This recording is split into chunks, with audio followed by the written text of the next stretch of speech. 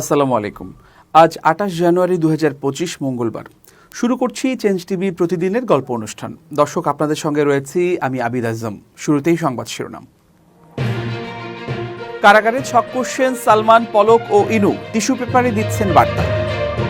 আওয়ামী লীগের ভবিষ্যৎ নিয়ে যা বলছে আল জাজিরা। এই মুহূর্তে যা ঘটছে ফিলিস্তিনের গাজায়। এবার বিস্তারিত। কারাগারে থেকেই অন্তর্বর্তীকালীন সরকারকে উৎখাতের চক্রান্ত করছেন সাবেক প্রধানমন্ত্রীর বেসরকারি শিল্প ও বাণিজ্য বিষয়ক উপদেষ্টা সালমান এফ রহমান, সাবেক আইসিটি প্রতিমন্ত্রী জুনায়েদ আহমেদ পলক সহ বিভিন্ন মন্ত্রী। এ বিষয়ে একটি অনুসন্ধানী প্রতিবেদন প্রকাশ করেছে দৈনিক যুগান্তর। প্রতিবেদনে বলা হয়েছে, আদালতে এসে সরকারের বিরুদ্ধে সাবেক প্রধানমন্ত্রী শেখ হাসিনার বার্তানুসারে সবাইকে প্রস্তুত থাকতে নির্দেশনা দেন সালমান এফ রহমান। অন্যদিকে কারাগার থেকে টিস্যু পেপারে লিখে আইনজীবীর মাধ্যমে গোপন বার্তা দেন পলক। বৈষম্য বিরোধী ছাত্র আন্দোলন কেন্দ্রিক হত্যা ও হত্যাচেষ্টার বিভিন্ন মামলায় গ্রেফতার দেখাতে সোমবার সকালে সালমান এফ রহমান, জুনায়েদ আহমেদ পলক সহ ১০ জনকে কারাগার থেকে আদালতে হাজির করা হয়। বাকিরা হলেন সাবেক আইনমন্ত্রী আনিসুল হক, সাবেক সমাজ কল্যাণ মন্ত্রী রাশেদ খান মেনন, সাবেক তথ্যমন্ত্রী হাসানুল হক ইনু, সাবেক আইজিপি চৌধুরী আবদুল্লাহ আল মামুন, দেশ টিভির ব্যবস্থাপনা সম্পাদক আরিফ হাসান, সাংবাদিক ফারজানা রূপা, শাকিল আহমেদ ও পল্লবী থানার ১৫ নং ওয়ার্ড আওয়ামী লীগের সাবেক শিক্ষা বিষয়ক সম্পাদক আব্দুল মালেক। এদিন সকাল ৯টা ৫৭ থেকে ১০টা ২২ পর্যন্ত ধাপে ধাপে আদালতের হাজতখানা থেকে এই ১০ আসামিকে ঢাকার মেট্রোপলিটন ম্যাজিস্ট্রেট সাইফুজ্জামানের এজলাসে তোলা হয়। কাঠগড়ায় আসামাত্রই আসামিদের আইনজীবীরা তাদের কাছে চলে আসেন। তখনও বিচারক এজলাসে এসে শুনানি শুরু করেননি। এই সুযোগে সালমান এফ রহমানের কাছে তার আইনজীবী গোলাম মন্তাজা ও মুকুল সহ আরও কয়েকজন হাজির হন। মন্তাজাকে কাছে ডেকে তিনি বলেন, শ্রমিকদের কি খবর, এরা কি করতেছে? সরকার ৪০,০০০ শ্রমিকের চাকরি খেয়েছে, ১০,০০০ শ্রমিক মাঠে নামলেই তো হয়। আমি চাইছিলাম কোম্পানিটা চালানো হোক, এখন দেশের যে অবস্থা। এ সময় সালমান এফ রহমান আইনজীবীদের কাছে দেশের পরিস্থিতি সম্পর্কে জানতে চান। তখন তাকে আইনজীবীরা জানান, ইবতেদায়ী শিক্ষকদের মারধর করা হয়েছে। রাতে ঢাকা বিশ্ববিদ্যালয় ও ঢাকা কলেজের শিক্ষার্থীদের মধ্যে ধাওয়া পাল্টা ধাওয়া হয়েছে। শুনেছি ২ জন মারাও গেছে স্যার।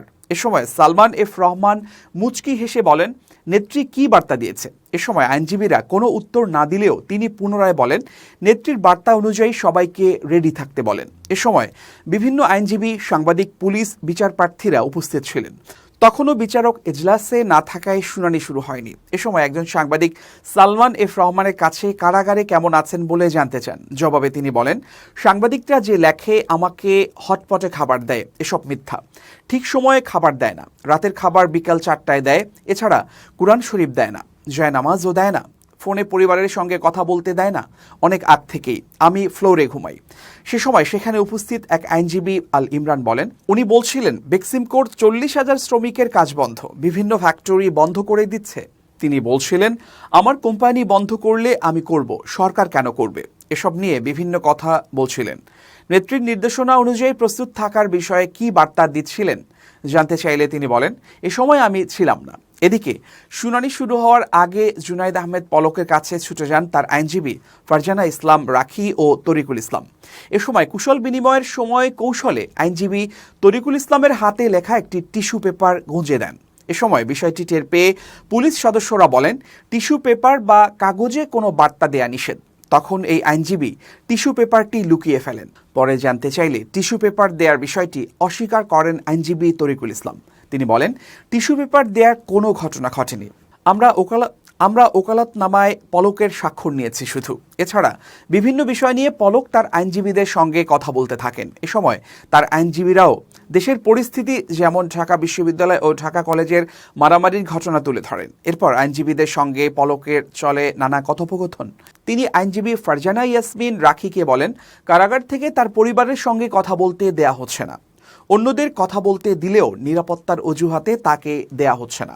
তাকে যেন যে কোনো শর্তে কথা বলতে দেয়া হয়, এজন্য আইনজীবীকে আদালতে বলতে বলেন তিনি। এ বিষয়ে ঢাকা মহানগর public prosecutor PP Omar Faruk Faruki বলেন, এর আগে দীপু মনিকে টিস্যু পেপারে চিঠি লেখার ঘটনা ঘটে। এতে কয়েকজন পুলিশের বিষয়ে তদন্ত করা হচ্ছে। পলকের টিস্যু পেপার দেওয়ার ঘটনা আমি জানি না। আইনজীবীরা আসামিদের ওকালতনামায় স্বাক্ষর করতে গেলে অনেক কথাই বলে। ওগুলো তো ঠেকানো যায় না। আসামি আইনজীবীরা সবাই তো রাজনীতিক, তবে আদালতে এসব চিঠি বা রাজনৈতিক বার্তা আদান প্রদান উচিত নয়।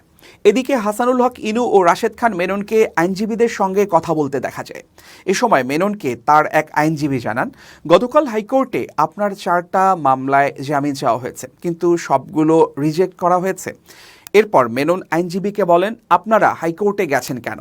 এরপর মেনন আরও বলেন, আমার তো 17-18টা মামলা হয়ে গেছে মনে হয়। তখন আইনজীবীরা মেননকে জানান 21টা মামলা স্যার। তখনই মেননের ঘাড়ে হাত রেখে দাঁড়িয়ে থাকা হাসানুল হক ইনু রসিকতা করে বলেন, আমার তো 40টা পার হয়েছে, আমার নামে 80টা না হলে হয় নাকি? পরক্ষণে মেনন আইনজীবীদের বলেন, পত্রিকায় তো আমাদের কোনো খবর দেখি না। তখন এক আইনজীবী উত্তরে বলেন, সব কন্ট্রোল করা হচ্ছে স্যার। এদিকে স্বামী সন্তান নিয়ে স্বাভাবিক জীবনযাপনে ফিরতে চান বলে আদালতে আকুতি জানিয়েছেন 71 টিভির প্রধান প্রতিবেদক ফারজানা রূপা। মিরপুর থানার এক হত্যা চেষ্টা মামলায় গ্রেফতার দেখানোর আবেদনের শুনানিতে আদালতকে এসব কথা বলেন তিনি। এদিন সাংবাদিক দম্পতির গ্রেফতার দেখানোর শুনানি শুরু হলে ফারজানা রূপা আদালতের কাছে কথা বলার অনুমতি চান। এ সময় বিচারক তাকে আইনের ভেতর থেকে কথা বলার অনুমতি দেন। অনুমতি পেয়ে রূপা কাঠগড়ার সামনের দিকে এসে বলেন, আমার ছোট্ট শিশু সন্তান আছে, আমি আর আমার স্বামী দুজনেই কারাগারে, 6 মাস হয়ে গেছে, আমাকে জামিন দিন, আমরা স্বাভাবিক জীবনযাপনে ফিরতে চাই। শুনানি শেষে আদালত রূপা ও শাকিলের আবেদন নামঞ্জুর করে গ্রেপ্তার দেখানোর আদেশ দেন। বাংলাদেশের শেখ হাসিনা সরকারের পতন ঘিরে উঠে এসেছে চাঞ্চল্যকর তথ্য। ভারতীয় গণমাধ্যম আজতক বাংলার রিপোর্টে বলা হয়েছে, গত আগস্ট মাসে যখন শেখ হাসিনা সরকারের পতন ঘটে তার ঠিক 1 সপ্তাহ আগে বাংলাদেশের গোয়েন্দা সংস্থার পক্ষ থেকে কিছু গুরুত্বপূর্ণ তথ্য সংগ্রহ করা হয়। এই রিপোর্টে উঠে এসেছে, শেখ হাসিনা সরকারের পতনে বাংলাদেশের ভেতরে এবং বাইরে নানা শক্তি জড়িত ছিল। গোয়েন্দা সূত্রে জানা গেছে, সেই সময়ে বিএনপি, জামায়াত ও কিছু ব্যবসায়ী এবং সাংবাদিকদের পাশাপাশি আওয়ামী লীগের কিছু নেতা ও মন্ত্রীও চক্রান্তের অংশ ছিলেন। বিশেষ করে সাবেক আইনমন্ত্রী আনিসুল হক, বাংলাদেশ ছাত্রলীগের সভাপতি সাদ্দাম হোসেন এবং সাবেক তথ্য ও যোগাযোগ প্রযুক্তি মন্ত্রী জুনায়েদ আহমেদ পলকের নাম এই তালিকায় এসেছে। গোয়েন্দা রিপোর্টে বিশেষ করে আন্দোলন চলাকালে তাদের সন্দেহজনক ভূমিকা নিয়ে প্রশ্ন উঠেছে, যে কারণে বাংলাদেশের রাজনৈতিক পরিস্থিতি আরও জটিল হয়ে ওঠে। এই রিপোর্টে আরও বলা হয়েছে, ভারতীয় গোয়েন্দা সংস্থাও এই চক্রান্তের বিষয়ে অবগত ছিল এবং তাদের কাছ থেকেও কিছু তথ্য বাংলাদেশ সরকারের কাছে পৌঁছেছিল। বিশেষ করে গত জানুয়ারির নির্বাচনের পর থেকে শেখ হাসিনা সরকারের বিরুদ্ধে এই চক্রান্ত চলছিল এবং তা আগস্ট মাসে এক বিস্ফোরক পরিণতি নিয়ে সামনে আসে। এখনও পর্যন্ত শেখ হাসিনা সরকারের পতন এবং এর সাথে সংশ্লিষ্ট চক্রান্তের বিষয়টি পুরোপুরি পরিষ্কার হয়নি। তবে যে সমস্ত তথ্য এবং যোগাযোগ বেরিয়ে এসেছে তা আরও বেশ কিছু প্রশ্নের সৃষ্টি করেছে। সেই জল্পনায় আজতক বাংলার রিপোর্টে নতুন করে চাঞ্চল্য ছড়িয়েছে রাজনৈতিক অঙ্গনে। আওয়ামী লীগে ভাঙন হতে পারে বলে একটি খবর প্রকাশ করেছে আল জাজিরা। এতে বলা হচ্ছে, নানা কারণে গণহত্যাকারী প্রাচীন এ দলটি ভেঙে যেতে পারে। বিশ্লেষকরা বলছেন, দলটি তাদের অভ্যন্তরীণ সমস্যাগুলোর প্রতি যথাযথ মনোযোগ দেয়নি এবং ফলস্বরূপ তাদের দলের সাংগঠনিক কাঠামো এক ধরনের ভাঙনের পরিণতি হয়েছে। আওয়ামী লীগের তৃণমূল নেতাকর্মীরা বিভক্ত এবং নিজেদের মধ্যে একে অপরকে দোষারোপ করতে শুরু করেছে। অনেক নেতা যারা দীর্ঘদিন ধরে দলের সঙ্গে যুক্ত ছিলেন এখন মনে করছেন যে দলটি তাদের প্রতি বিশ্বাসঘাতকতা করেছে এবং তাদের পাশে নেই। দলের ভেতরে বিভক্তি এবং সিদ্ধান্ত গ্রহণের প্রক্রিয়া নিয়ে হতাশা ফুটে উঠেছে। জাহাঙ্গীরনগর বিশ্ববিদ্যালয়ের রাষ্ট্রবিজ্ঞানের অধ্যাপক আল মাসুদ হাসানুজ্জামান বলেন, দলের অভ্যন্তরীণ সংকট এবং তাদের মনোভাব জনগণের ক্ষোভের সৃষ্টি করেছে, যা শেষ পর্যন্ত গণ অভ্যুত্থানকে সফল হতে সাহায্য করেছে। আওয়ামী লীগের এই সংকটে তাদের রাজনৈতিক ভবিষ্যৎকে ঘিরে নানান প্রশ্ন উঠেছে।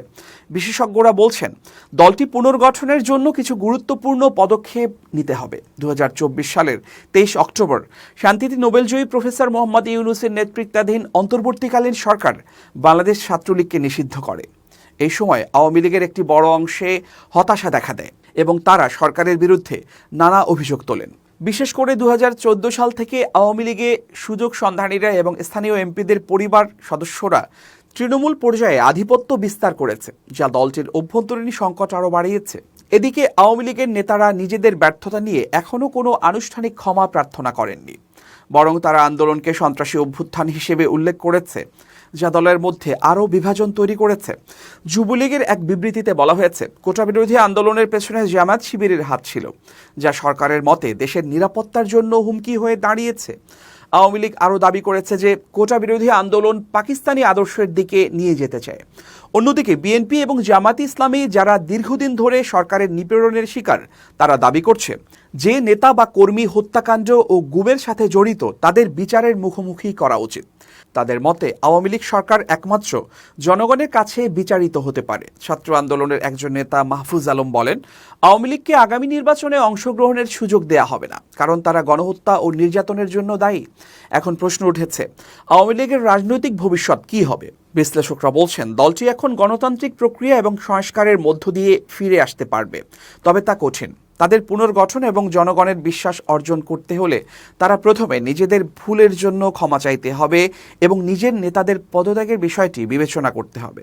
বাংলাদেশের প্রথম প্রধানমন্ত্রী তাজউদ্দিন আহমেদের ছেলে সাবেক স্বরাষ্ট্র প্রতিমন্ত্রী তানজিম আহমেদ সোহেল তাজ বলেছেন, আওয়ামী লীগের উচিত জনগণের কাছে ক্ষমা চাওয়া এবং নিজের ভুল স্বীকার করা। তিনি বলেন, এখনও আমি তাদের আত্মসমালোচনা বা ক্ষমা চাওয়ার কোনো চিহ্ন দেখিনি। বিশ্ববিদ্যালয়ের বিশ্লেষক আল মাসুদ হাসানুজ্জামান বলেন, আওয়ামী লীগের ভবিষ্যৎ নির্ভর করছে তাদের ক্ষমা চাওয়ার উপর এবং তাদের বর্তমান আদর্শ পরিত্যাগ করতে হবে। তাদের শাসন আমলের সময় ঘটে যাওয়া অপরাধের জন্য তাদের বিচারের মুখোমুখি হতে হবে। অবশ্য রাজনৈতিক বিশ্লেষকরা একমত যে শেখ হাসিনা এবং আওয়ামী লীগকে এখন নতুন দৃষ্টিকোণ থেকে ফিরে আসতে হবে, যাতে তারা জনগণের আস্থা পুনরুদ্ধার করতে পারে। তাদের কেবল নিজেদের ভুলগুলো মেনে নিয়ে দলের তৃণমূল নেতাকর্মীদের কাছে ক্ষমা চেয়ে একটি নতুন রাজনৈতিক পথ খুঁজে বের করতে হবে। এবার খুব জরুরি 1 মিনিট জানাচ্ছেন ইউনেস্কো ক্লাব পুরস্কার বিজয়ী সাংবাদিক আমিরুল মোমিনিন মানিক। খুব জরুরি 1 মিনিটে প্রত্যেককে আমন্ত্রণ। আমরা অনেক সময় বলে থাকি যে আমি কেন এটা করলাম। আপনি যদি কোনো ভুল করে থাকেন, ভুল করে ফেলেন, তাহলে এই ভুল করার পর হাহুতাশ করে কোনো লাভ নেই, বরং ভুল থেকে শিক্ষা নিন। এই ভুল যেন আর না হয় সেই প্রচেষ্টা করে সামনের দিকে এগিয়ে যান। কারণ আপনি যদি বারবার ভুলের চিন্তাটা পুনরাবৃত্তি করেন, তাহলে নতুন কাজে উদ্যম পাবেন না, এগিয়ে যেতে পারবেন না। সেই জন্যে ভুল হয়ে গেলে ভুল থেকে শিক্ষা নিয়ে নতুন কাজে নতুন দীক্ষায় দীক্ষিত হয়ে ঝাঁপিয়ে পড়তে হবে, তাহলেই জীবন এগিয়ে যাবে। সবাই ভালো থাকুন, শুভেচ্ছা নিরন্তর। এবার দেশের বাইরের প্রসঙ্গ। 19 জানুয়ারি যুদ্ধবিরতি কার্যকর হওয়ার পর গাজা উপত্যকায় ফিরেছেন 3 লাখেরও বেশি ফিলিস্তিনি। গাজার জনসংযোগ দপ্তর এক বিবৃতিতে এ তথ্য জানিয়েছে। বিজ্ঞপ্তিতে বলা হয়েছে, ইসরায়েলি বাহিনীর উত্তর গাজার এই বাসিন্দাদের বড় একটি অংশ এতদিন উপত্যকার দক্ষিণ ও মধ্যাঞ্চলে আশ্রয় নিয়েছিল। 470 দিন পর নিজেদের বাড়িঘরে ফিরেছেন তারা। ইসরায়েলি বাহিনীর বোমায় ধ্বংসস্তূপে পরিণত হওয়ার উত্তর গাজায় এখন কোনো বাড়িঘর অক্ষত নেই, কিন্তু তারপরেও প্রায় 15 মাস পর নিজেদের এলাকায় ফিরতে পেরে উচ্ছ্বসিত উত্তর গাজার বাসিন্দারা।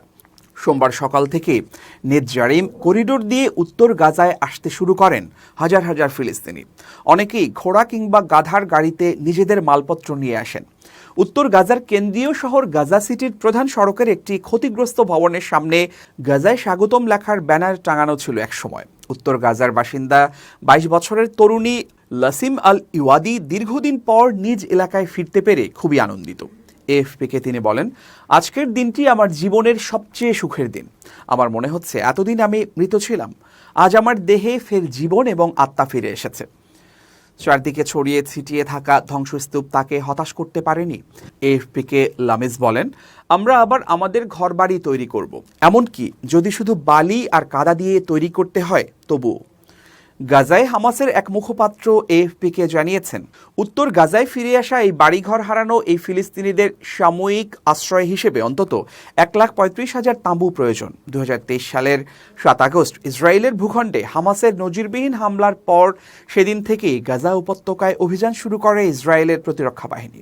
টানা 15 মাস ধরে চলা সেই অভিযানে নিহত হয়েছেন 47,300 শতাধিক ফিলিস্তিনি।